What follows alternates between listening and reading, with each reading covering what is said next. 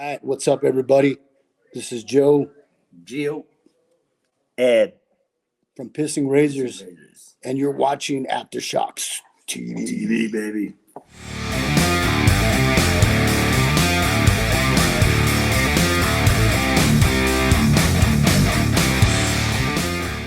Let's pivot now into our second segment here. And it kind of goes hand in hand, I think, with this, because we brought up the fact that, because, physical product isn't really, it's not really as prevalent. No one's buying it like they used to do, they used to. So and not really just the musical form, the musical formats too, right? You've got stuff like streaming versus the physical product. You've got the band versus brand thing, with most bands having one or two tops guys, in the band still. I think the thing we're seeing is really just a lack of integrity in music with the art itself. And we could get into that a little bit. I mean, obviously, like we said, not only is music pretty much free, and so it's been devalued because of that, in my opinion. Like we were just talked about, right? What used to go into making all these records, I mean, it's not, no one's doing that. No one's spending the money on big producers and this massive production or anything like that.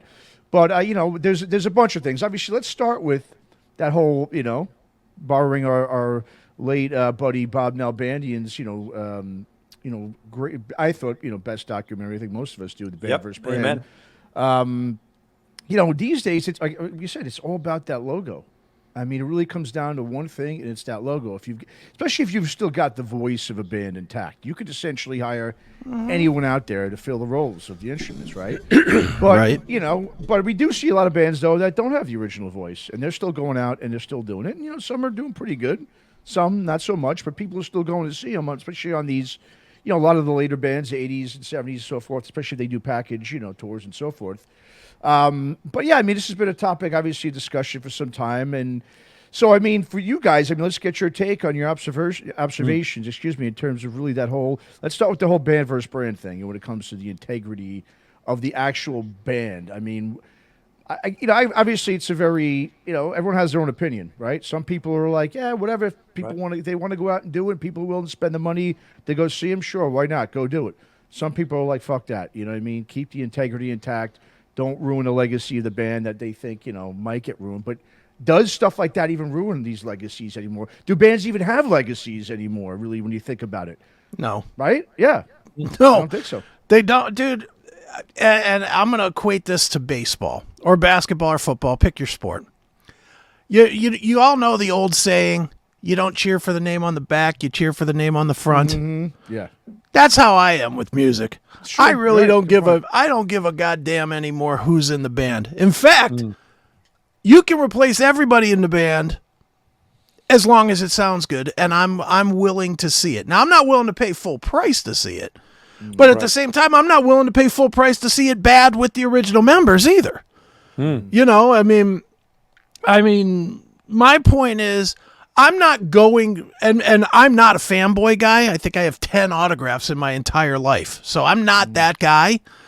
And for me personally, I just want to hear those songs. I don't give a flying fuck if it's Juan Croucier and Warren DeMartini in front of me.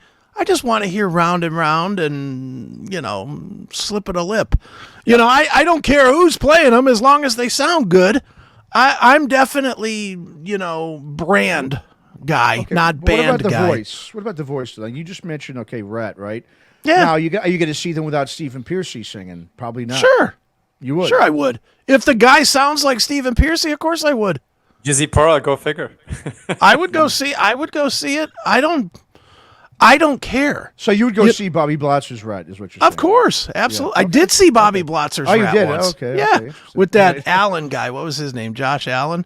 I think his name is Josh Allen. But he sounded like Stephen Pearcy, and I was fine with it. As far as just being a fan, I was absolutely fine. I'm good, and especially the kind of music that I like, and certainly a lot of the stuff that Tom likes as well.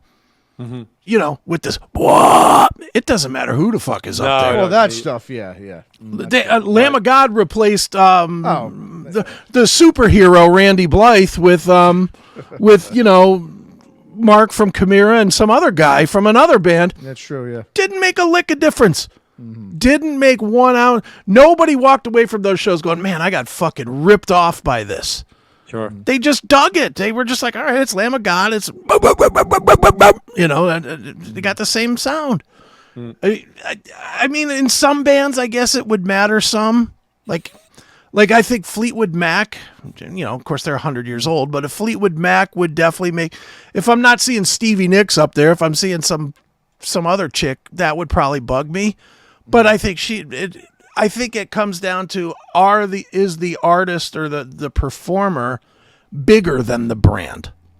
Like I would say Stevie Nicks is bigger than Fleetwood Mac. So if she wasn't there as part of the Fleetwood Mac brand, I wouldn't I wouldn't probably dig it. I think it almost goes band for band, really. Yeah, for you're me right. anyway. Yeah, I'm kind of probably in the middle. I wouldn't go and see Bobby Blatzer's Rat personally, right? Because if it was like a couple of guys, because that's just like a tribute band, and they're playing 20 minutes away, and it's like $15 to get in. I'll have a couple of beers, then I'd go and see it. But I wouldn't schedule to see it. I wouldn't say, "Oh fuck, Bobby Blatzer's Rat are coming to town. Let's get a ticket 6 months in advance." But however, you can go the other extreme before it come back to me. Then you got someone who wants the absolute integral core members or ain't going to see shit. And you got that side. I'm probably somewhere in the middle of that and Chris's conversation. Take a prime example of AC/DC. I mean, they're back on the European tour. Matt and I talked about that a couple of weeks ago. They're probably going to announce the US tour whenever at some stage. And they got Brian Johnson and Angus Young. That's it. They're going to sell out stadiums, and they're going to sell 80,000 tickets in an hour. So 99% of people going to that concert couldn't give a flying fuck as long as they see Brian Johnson and they see Angus. They don't care. The other side of that is you take a foreigner. They're a prime example. Not one original member. They're playing to arguably sheds, 10, 15,000 people a night. That's a pure example of brand overtaking everybody. You've got to love. We can't say that nobody knows. There's a lot of people in the audience, and I saw the fake foreigner, by the way, and they're really great. Good. They're really good. Fucking hell! Like, I mean, wow, just incredible, right? Jeff Pilson is rocking out to "Waiting for a Girl Like You," and he's headbanging like that, his legs apart, fucking doing this, like they were awesome, but.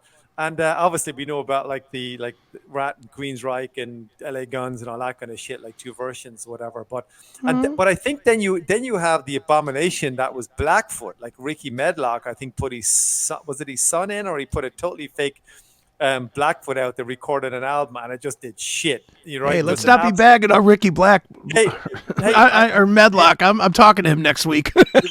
No. I'm a huge fan of Blackfoot. I think they're just one of the best southern rock bands. I absolutely adore that band. I'm not shitting on them at all, Rick, in case he's watching.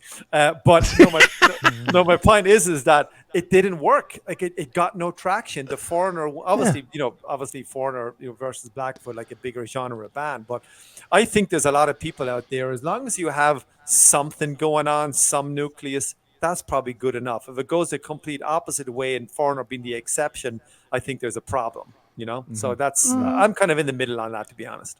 Yeah, I think to me, because I think just in popularity, rock and metal is dwindling and has been for some time. Yeah, I think it's pretty more acceptable these days than it was at one point. You know what I mean? I think if you look back, to the 70s and 80s, a lot of those bands, if they tried pulling, I think some of the stuff now, they wouldn't have passed. There's a reason why Iron Maiden, was with Blaze Bayley was only playing in clubs. Yeah. And it's just because people were not. I mean, even though short the time. People weren't really as into metal and so forth. Yeah, and Priest, exactly. So, I mean, all those bands, there's a reason why that's happened. But I think, these days, I think because it is a very nostalgic thing, especially for people our age, we're kind of, we know, I think we see that it's, it's not obviously as big as it once was. And I just feel like, look, the fact that some of these bands are still going and they're still playing, I mean, you got ZZ Top that's, without their original singer, you got Leonard Skinner that's got no original members anymore. Right. But I'd still see them. I would. Sure. Because you got a Van Zandt in there. Okay, that's good enough, right? I mean, it's that kind of thing. So, I mean, it's usually a case by case basis. But yeah, I'm pretty open. And I think that's just once again. I mean, like I said, that's why I think really once again, integrity is sort of lacking or just, I mean, it's just Sure. not a big deal. It's really all about, is it, can we make a profit off it? If we can, sure, we're going to go do it. It's And bottom here, line. I honestly think that the more current bands, as they get older, it's going to matter less. And I'm going to tell you why.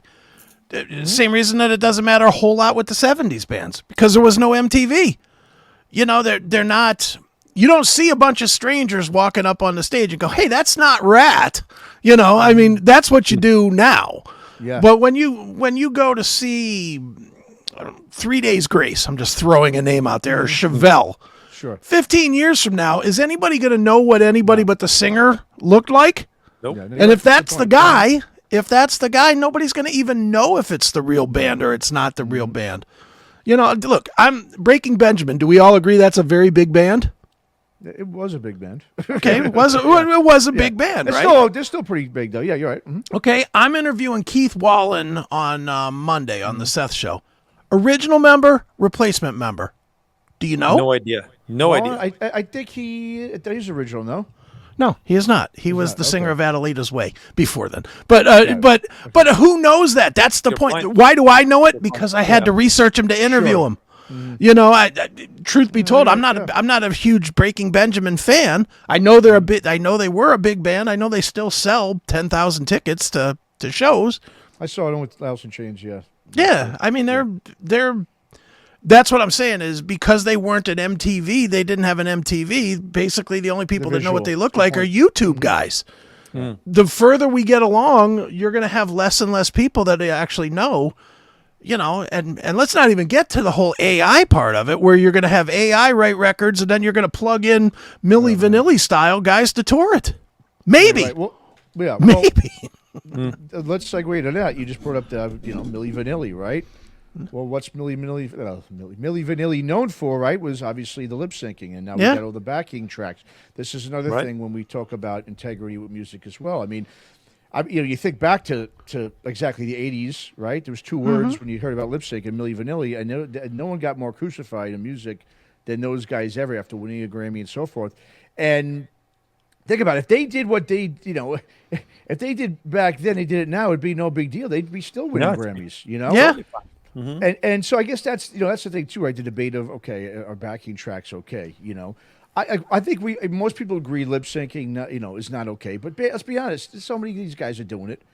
I mean, we know there's a lot of these. I mean, we saw Blocky Lawless up there getting caught. Sure. When there's lyrics going on and he's not even singing into his mic. Sure. The some Santa obviously- Cruz band. Yeah, Santa Cruz. Yeah, Eddie exactly, Trunk went yeah. crazy over that. I remember. Eddie lost his shit. It was like 20 seconds of nothing. The guys were not even Yeah. on the stage, and Eddie went fucking crazy over that. I remember. Yeah, The and Shriller, then there's yeah. there's that Fallen in Reverse band. Remember them? With Yeah. the Yeah. whole the guy lost his laptop. Oh, we can't play because that's our show right. right there. It was on our laptop. So I mean, whether you think backing tracks and lip syncing is good or not, I mean, the fact of the matter is, it's I think another nail in the coffin for integrity, right? Because those great rock and metal musicians from the past would have never been accepted as great artists if they were using backing tracks. Not even just lip sync; they were using backing tracks. Well, It wouldn't have flew. Well, Matt, let's think about that for a second, right? So we liked a lot of metal fans were purists for years. It has to be the original band. It has to be whatever, and we're all kind of in that camp. But we're all probably drifting a little bit towards. I don't want to see lip syncing, and I've got a point on that in a minute. But you take all the great '70s albums, the great live albums that we grew up on, like the Thin Lizzy Live and Dangerous, or UFO Strangers in the Night, or Unleashed in the East, or Unleashed in the Studio, whatever. They were completely doctored, right? They were so that was effectively lip syncing in the studio, or that the producer was turning knobs or whatever. But we listen to it today, no problem, knowing that it's lip synced by today's standards, right? Kind of doctored in the studio. So that's just one part of that. And I saw that Blackie Lawless show. I saw that Wasp show about 2 years ago. Came on and did 9 songs. Gone after about 56 minutes. Going, is that it? Are we fucking done here? Like, is that the concert? And first of all, I enjoyed the concert. I hadn't seen Wasp. I think it was his first tour in 10 years, or whatever it was, if I can remember. And he blew up the. And I think did you interview him, Chris, or I think he was on the show. Yeah, you did. That's right. And he was telling you about like this amazing stage show. And Yeah. it'll blow your mind. And I walked up and went, is that fucking it? Like, is that the stage show that I heard all about? So, and he lip synced on top of it. I know, like he had a problem with his back afterwards, but those 70s albums were completely doctored. We know that, which is what lip syncing is of today, I guess. And I don't like it, and I don't want to see it. And I saw Kiss a couple of years ago, and they were dreadful.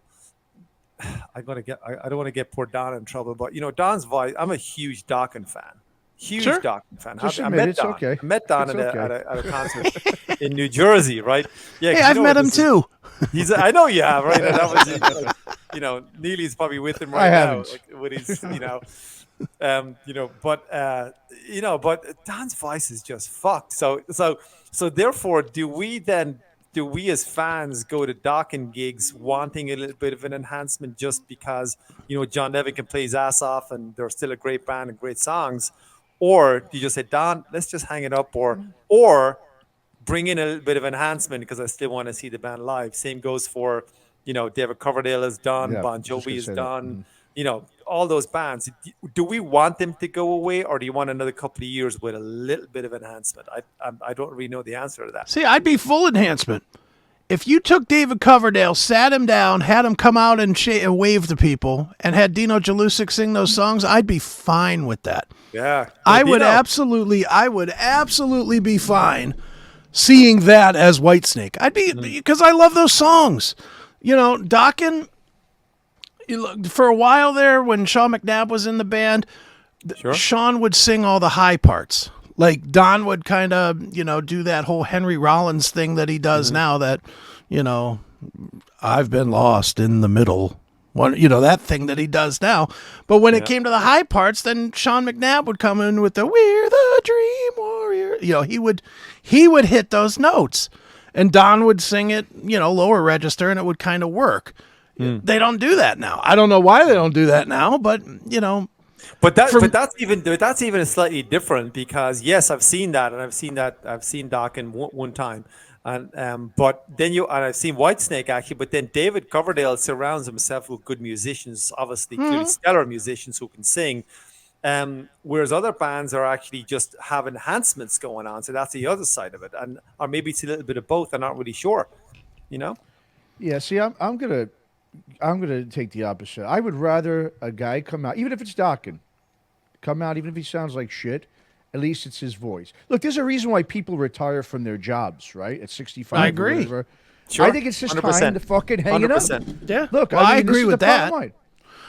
And I mean, look, one of my favorite singer of all time, is Burton Bell from Fear Factory. Sure. Look, he don't sound nothing like he used to. I mean, it's choppy out there when he gets out and sings. It's been a while, but I'll still take that any day than him coming out and putting some effects on. I mean, it's okay to put effects, but to come out and do something where it's going to enhance it. My thing is like, Right. And then when you do it, we're to the point where it's just no longer feasible. It's time to fucking hang it up.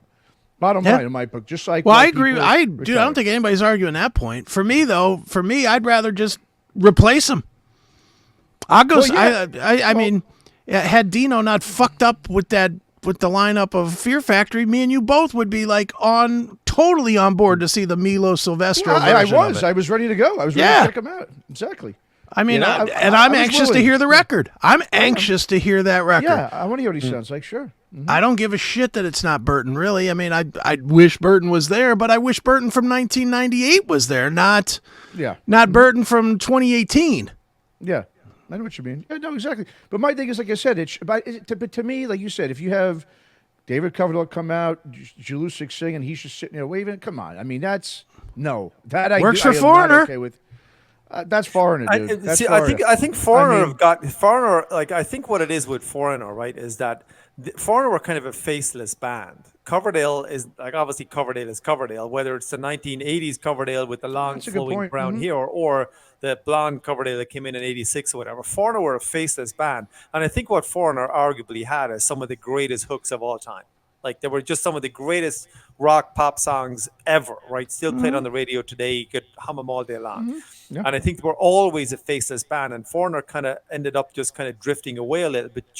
Obviously, when MTV came in and they weren't exactly the best looking guys. I mean, Luke Graham, come on. Well, they're old too. Yeah, and they were, but they looked old then compared to like Exactly. the Wingers and the Bon Jovi and the Warrants or whatever. So, but their songs were so strong. I think Coverdale. Now I got to agree with Matt on this. If Coverdale, and I saw Whitesnake on their last tour, a couple of years ago, maybe 5 years ago in the US, whatever, I can't even remember. But if Coverdale was, first of all, I think Whitesnake just should stop. They're done, right? They're done. Their last album is actually pretty done. good. I got to be honest, with the album. But Coverdale just does not have a note left in his head. If Coverdale came to town tomorrow, and here's me kind of contradicting myself a little bit. Coverdale came to town tomorrow, and he did what you said, Chris, and he said, he's going to come out, wave hello, here's my buddy Dino, take it away, Dino, and he goes in to slide it in. I'm not going to see that. But I would go and see Foreigner because I just think it just feels, I told you I was going to contradict myself. It just feels different. It's like Foreigner, like Coverdale has to be Whitesnake. Foreigner does not have to be who they were. It's kind of a strange, Foreigner like an entity. If they didn't exist. Yeah, I guess there's certain bands that probably fall in it. Megadeth's another one. You know, you could find a guy that sounds better than Dave Mustaine today, but if it ain't Dave Mustaine, you ain't going. And he's proven that you'll go and see Megadeth with anybody else at any other position. Exactly. So, you know, I guess there are certain bands, but you don't. You know, the weird thing is you don't know for sure, because who the hell would have thought that Pantera could be accepted without Dimebag and Vince? Well, because you got the face though, and you got the voice. That's why it could be accepted. Yeah, I don't think you could. I don't think AC/DC. But it was. See, I'm going to disagree with that too, because it wasn't. Phil. Well, I agree with that. It couldn't have happened without Phil, but it didn't happen with Phil the first time he tried it. When he was trying to do it as the Illegals, no one gave a shit. Yeah, well, because once again, it didn't have the Pantera name on it, right? And by then, too, you know, when he did the Illegals, it was still right and fresh after that whole fiasco that he got into. You know what I mean? So it was one of those things that had to take some time for people to get over that shit, and they finally did. And you had to, listen, Pantera's different. You had to bring in a Zakk Wylde and a Benante. If he would have just brought in, him and Rex would have just brought in any guitarist or drummer, and that's no what way I'm it would saying. have worked. No it way. didn't work. When they did the Illegals with Mike DeLeon and whoever the bass player is for the Illegals, no one cared. No one cared. Because the name wasn't Pantera. Once again, it was still illegal. So but the brothers did it with Damage Plan. So they tried it the other side. But that didn't work either. That didn't work either. So part of the reason that didn't work was because it sucked, but that's a whole other issue.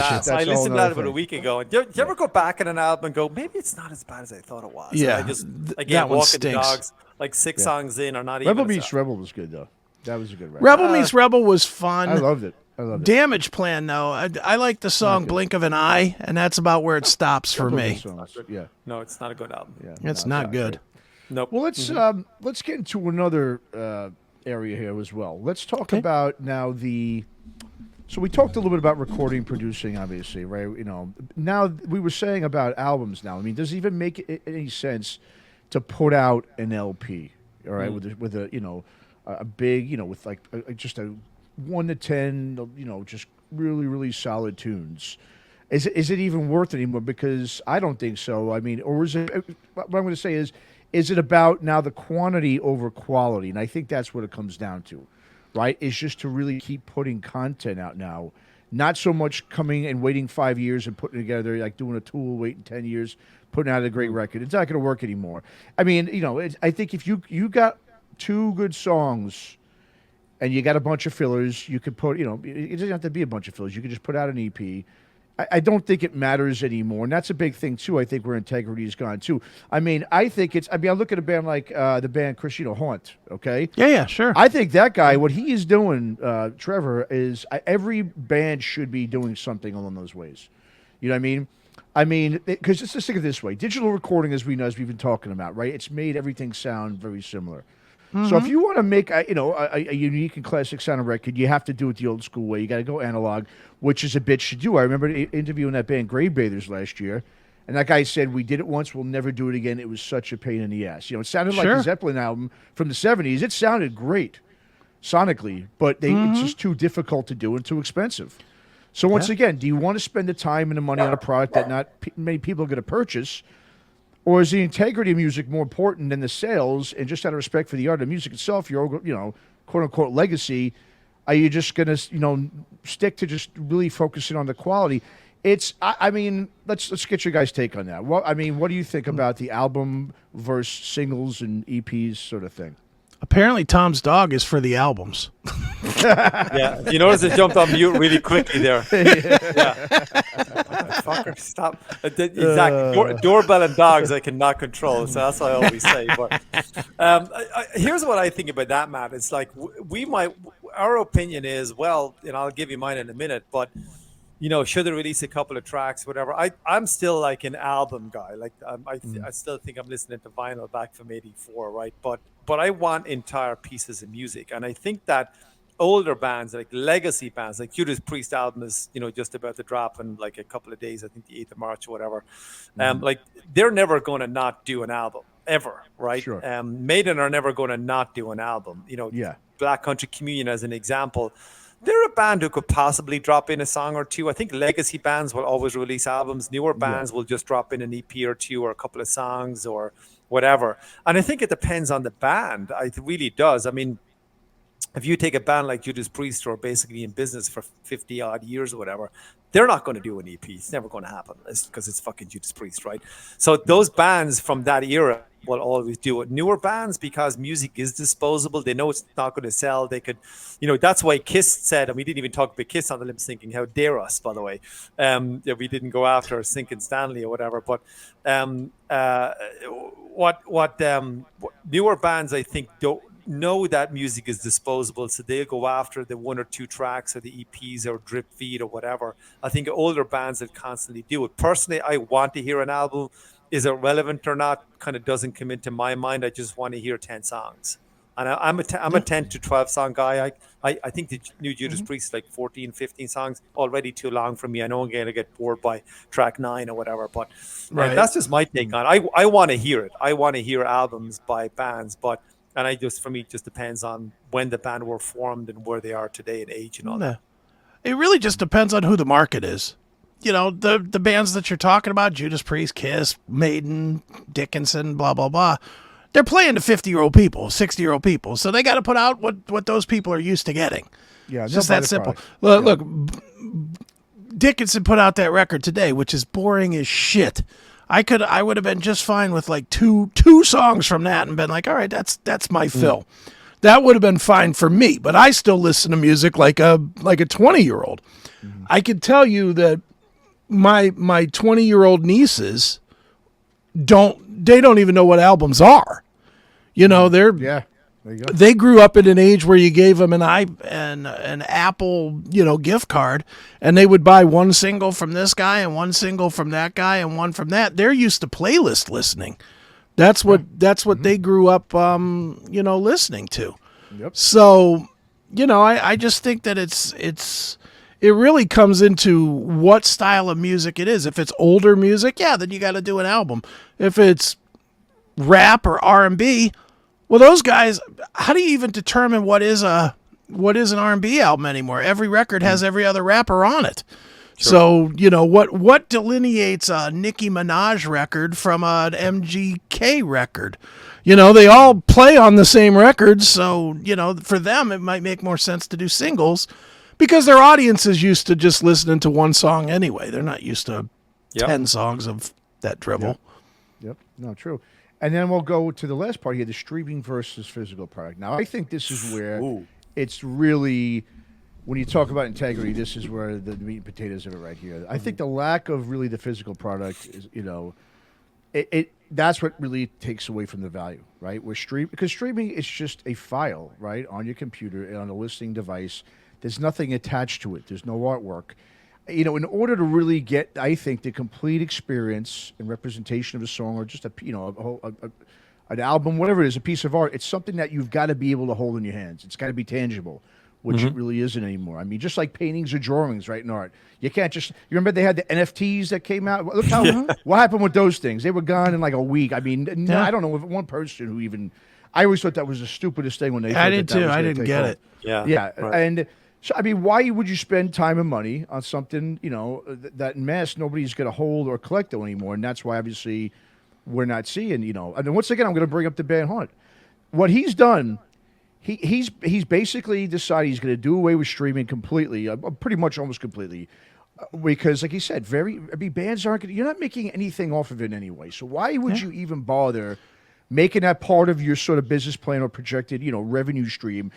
I mean, what he did was just he uses Bandcamp, right? Fans could go to Bandcamp. It's there for you to stream if you want to listen and get a sample. You get to sample all the songs, you get to hear the whole song, and then right there is a link to the album, to the merch. You got the physical Shirts, product right there, and it's right in front of you, right? You've got the sample, and then you can do that. So I mean, and I mean, all you got to do really is, and you don't have to, you could do it your own. You put out 100 physical copies of, say, you print up 100 vinyl, you sell those out real quick. He's got the whole quantity versus quality thing, which I think is smart. He knows that a lot of his songs are not good. I mean, he knows that a lot of them are just kind of filler, but it's a quantity thing. And I think it's absolutely the way to go. I think, bands and artists, they complain about streaming and how, there's no money to be made, made in it and so forth. So then do that. Move your music off the damn platforms of streaming, especially if you already have a good following, because you want to get that return on your investment. I mean, to me, if bands took their music off streaming, especially even the established bands, I mean, Chris, I know you would tell me about Century Meter, right? They decided, they moved everything, all thing over to Bandcamp. You do a lot. I mean, I think what it comes down to, the reason why bands don't do it, it comes down to laziness or simply not having the skills and maybe the devotion and the motivation to do it. I mean, because it takes time and work. I mean, because listen, gone are the days when the labels or anyone else is going to go ahead and do all that for you. Bands, like Trevor told me himself, they're not not just musicians anymore, you're marketers. So the ones that are going to succeed, I think, or last, I should say, are going to be guys like him who get that and are going to put the time into it and are going to realize, I'm not just a musician, I'm also a business guy and a marketer.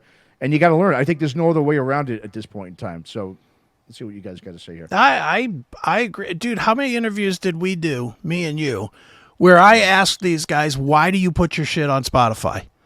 And not a single one of them, from the littlest band to David Ellefson, had an answer. No, they didn't. None of them. None. And, the answer is because it's the way we've always done it. That's always the answer. What was Ellefson's answer? You can't sell apples if they're not in the grocery store. It's like, well, yeah, you can. Yeah, you can. Sell them somewhere else. Go and sell them in the corner there, and exactly. Yeah. I mean, you might not sell as many of them, but you're still going to get a more return on your investment. You're still going to get more money that way. I mean, especially if you're already established and you've got a decent following. There's no need to. Like you said, I think it's because if everyone's doing it, I guess that's what I have to do. Just do it the same way as everyone else is doing it. I think that's what it comes down to. Yeah. I love the Bandcamp idea, personally. I mean, I never really used Bandcamp. Honestly, Trevor's the reason I use Bandcamp.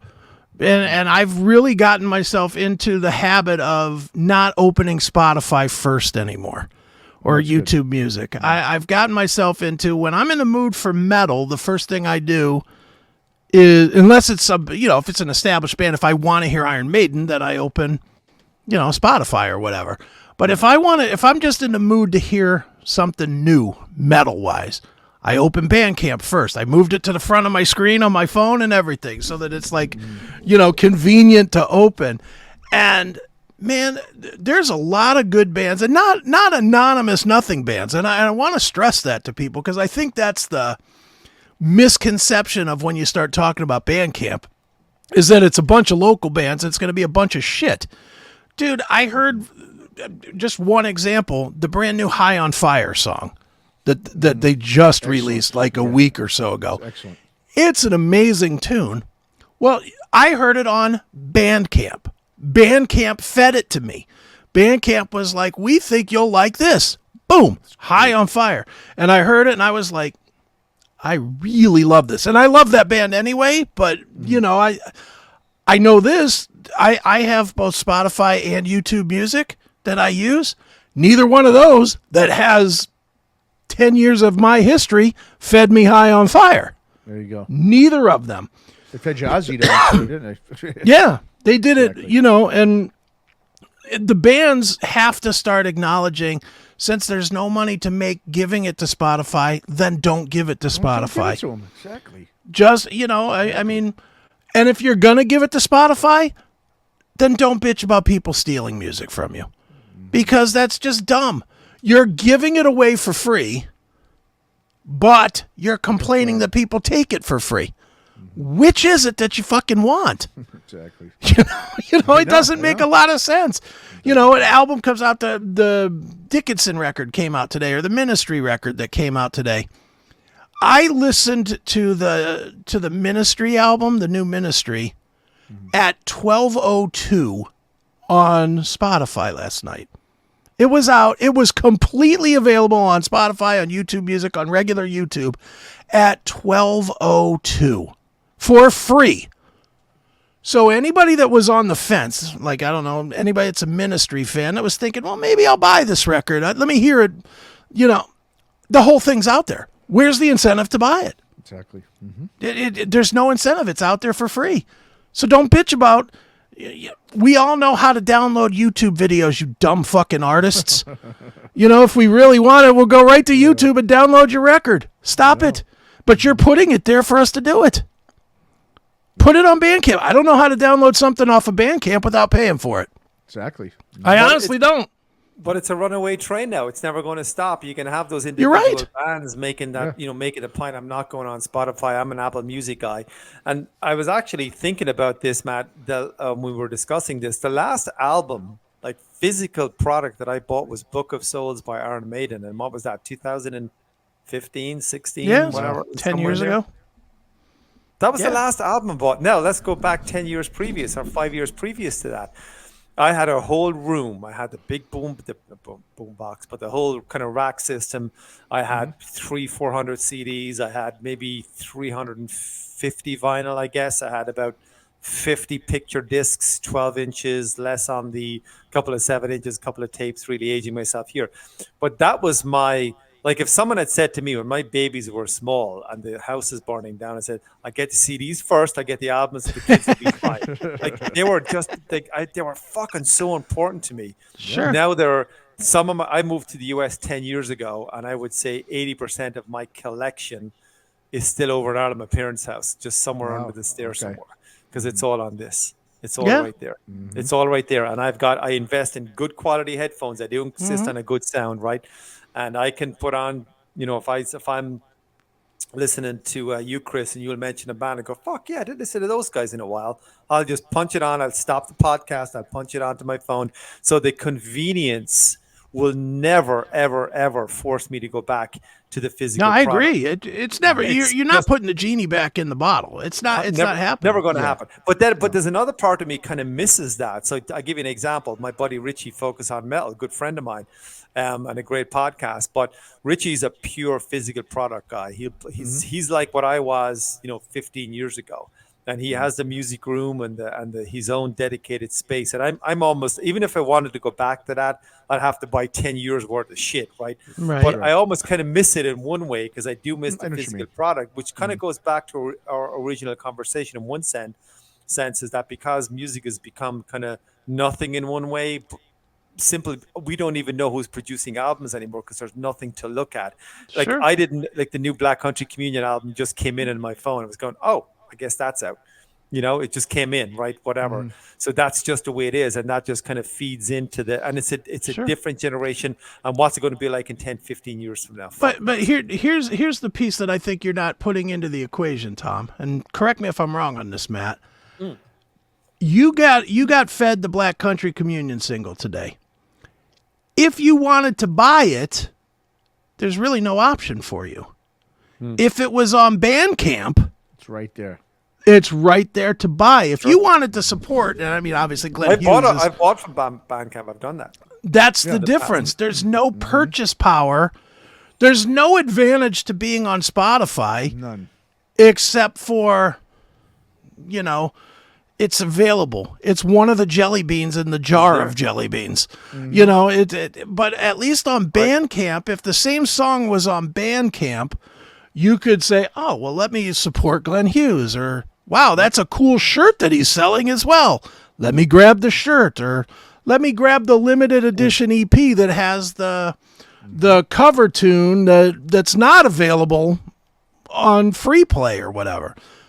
The model has to change. If the bands want to make money, they have to adapt. They have to adapt.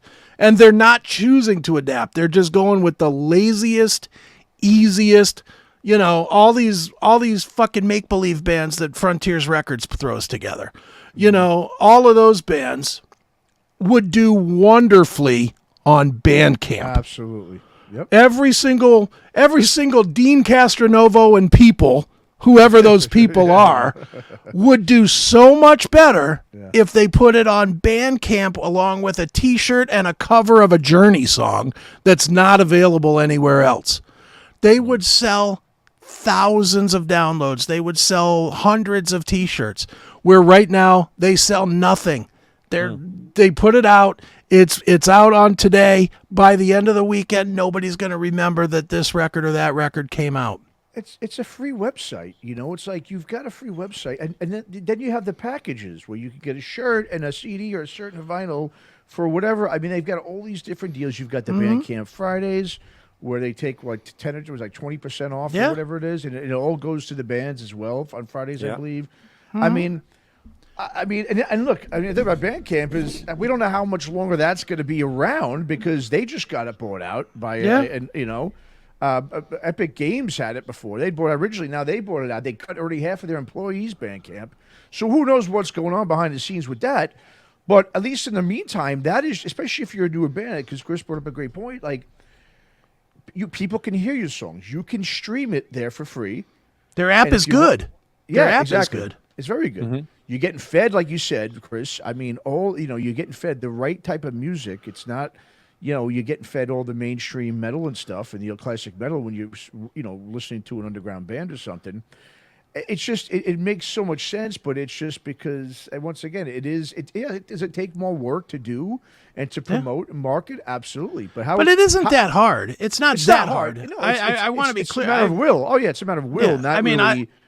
Yeah, I've been looking at Bandcamp to do the hosting of the podcasts because I don't know if you're even aware of that, but they have podcast hosting as well on Bandcamp, and I'm like, holy shit, am I missing an opportunity?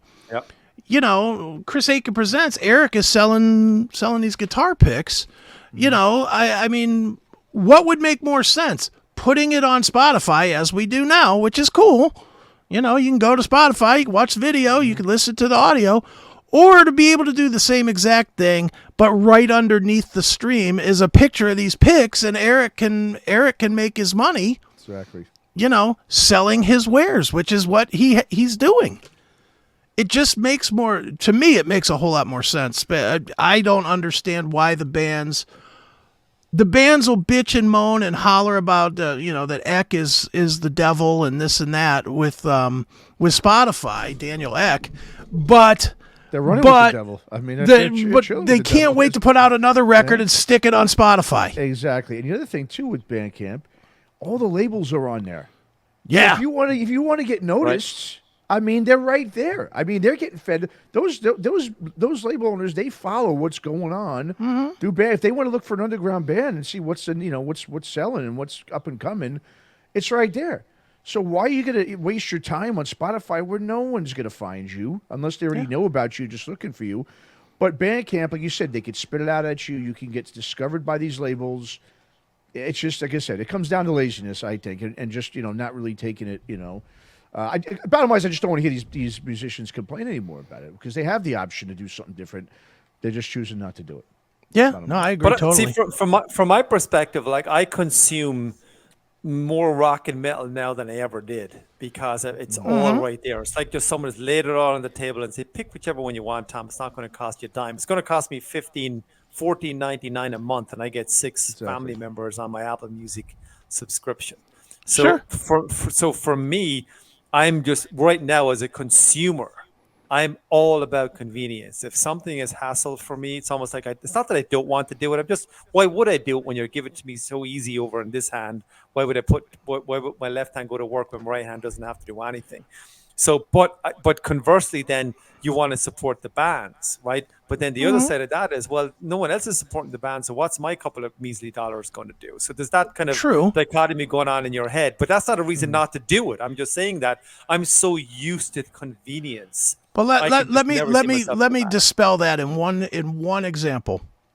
if that full Black Country Communion record is only released on Bandcamp, are you going to install the app to listen to it? 100%. There you go. There's the answer. There you go. There's your answer. Right there. Look, Because there's no fucking way am I not as a fan not going to have that. So That's right. Actually, so if anybody, that's a great point. So you asked me that, and my instant reaction was, well, I'm going to find where it is because I want it. Exactly. Now, and here's the converse to it. I just now pulled up, for the sake of argument, I pulled up the latest EP from my Girls in Plush, who I always promote. I love promoting them. But I pulled it up. It's been out, I think, 5 or 6 weeks or so. It's been out. They're on tour with Disturbed and Falling in Reverse. It's a big tour. Yeah. And Mariah comes out and sings with Draymond during the Disturbed set every night, right? Yeah. This thing is 6 songs long. Let me read you the number of plays to show you how much being free does not help. First song, 14,000 plays. This is a 5-week-old record. Not good. With a band that's touring with Disturbed. Yeah, not good. Second song, 9,000 plays. Wow. Third song, 8,500 plays. Fourth song, which was the first single that or the second single that they released, the cover of Barracuda, 252,000 plays. Still not really great for a band that's on tour with Disturbed.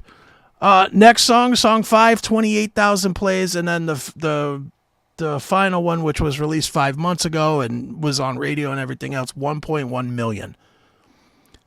That's bad.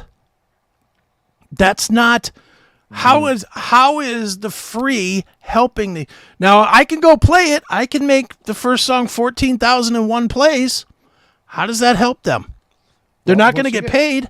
No, they're not getting paid, and like you said, there's no other products right there along with it. There's no. If they had 14,000 plays on Bandcamp, they would have sold 150, 250 T-shirts, if not more. Exactly. Yeah. And posters and record, vinyls or whatever. Exactly. This is why I just don't understand at all why bands want to be on this distribution thing. New bands, anyway. I get the old bands; they're lazy and they're not techie. So I get it. I get that. But these kids grew up on computers. Exactly. Yep. They certainly know how to upload a fucking MP3 to a server where you click and it uploads and then type in the name of the song. They know how to Chris, do if that. I was texting you today and said, I know you said you're not, I only listened to about 6 or 7 songs of the Bruce Dickinson album. There's one song I'm not a fan of. I haven't gotten through it yet, so I'll hold fire on that one. But if I was texting you today and said, I listened to the new Bruce Dickinson album today, I'm not going to say I bought it. I picked it up. I have it. I listened to it because I don't have it. Yeah. I just listened to it. And that's a whole terminology change right there because I've got bazillion songs on my iPod and whatever I've got on my iPhone right there, and I just plug and play and I go. Because as a consumer of today, we just want convenience. Human beings are just to choose the path of least resistance. Sure, It's in I agree. It's in our blood. It's just the way it is. It's how we're hardwired. And I think I like the sentiment is solid here. What we're talking about with Bandcamp, but that's never going to go anywhere because I don't know, man. I think what it is because we're getting older. Like we're the older generation. There's nobody coming up with the reverence that we have because my kids, I've got a 19, a 22, and a 17. They don't give a shit if they like music. They like the boom, boom, listen to the beat or whatever. Sure. My son likes a little bit of Pink Floyd or whatever, but he doesn't know anything about albums and physical product and whatever. He's never going to. My point is that when we start getting older and older and older, we drop off. There's nobody replacing us for Bandcamp. Yeah, no, I agree with that. Bandcamp is whether we like it or not, that has a shelf life of X amount of years because there's nobody replacing us. Well, and like you said, but that goes back to Tom about like you said, your kids, right? That goes back to the whole. You a music fan or fans of music, right? Right. We talked about that. We did. But the music fans, the guys like us, we're gonna go on Bandcamp. Yes, the kids that are just like you said, just listening to music, not really They don't care. it into the nuances. No, they're not invested. But if you're a young band, you're not really looking at that's not really your target right there. You're trying to target the people that are going to your shows. You're trying to target those kids that are buying T-shirts and are in the scene or whatever, or trying to start bands. That's what the Bandcamp is for. Like it's not about sure you can get a whole bunch of hits on Spotify more than you'd get on Bandcamp, but like we were saying, the bottom line is you're not going to make any money. And so, I'll argue all day long, just real quick. The fans will go to where the music is. exactly, yeah. If you hire a great PR person that gets you on top 40 radio, and you get on Sirius Octane, you get your song on Octane, and you do your little interview with Jose and all that, for your song, and you say in that interview, the only place you can hear this song again that we just played that you dug is Bandcamp. You're gonna, again, just like we said before, you're gonna go to Bandcamp. Right. It could be changed. It's like any other change. Is there gonna be pain involved? Yeah. Absolutely. Somebody has to bite the bullet and take the pain, and it's not Trevor from Haunt. It's somebody legitimate. It's it's Jay-Z or Beyonce or somebody like that. And I know those two are not the ones, but somebody like that, if they were a big artist like that, if Machine Gun Kelly said, I'm going to put out an album only on Bandcamp, you would have 5 million downloads before he had it out of his mouth. It's like what U2 did years ago with Apple Music. Yeah. That's what they did. They gave away. You got it whether you liked it or not. Yeah. Yeah, I mean, you got it for free once you signed up. You got on your iTunes or whatever. Boom, you got that album for free. I remember. And it got him a ton of attention. And Yeah. unfortunately, it was such a bad album that it didn't good do album. anything. But if it would have been a good record, it might have changed the entire way music is done. It could have been. You're right. Mm-hmm. But I mean, from what I remember, that record was just dog shit. It was really bad. But it could change. It could. We'll see what happens, but in the meantime, it is the way it is, unfortunately. Yep. But anyway, all right, gentlemen, what a great discussion here tonight. I guess we'll get ready to wrap this up. Chris, any plugs you want to throw out there while we're sitting here and getting ready to wrap this up? Just cmspn.com. That's where everything I do is. That's where everything we all do is. So go over there to cmspn.com or install the app, the CMS Network, and you can get any metal, music, rock that you want. All the interviews, all the everything is there. So go there. Fantastic. All right. And once again, another great week here of Aftershocks TV. Chris, thanks for coming on. Sure. Tom, as always, great chatting about the topics. Yes, sir. And, we will see everybody, next time here on Aftershocks TV. Take care.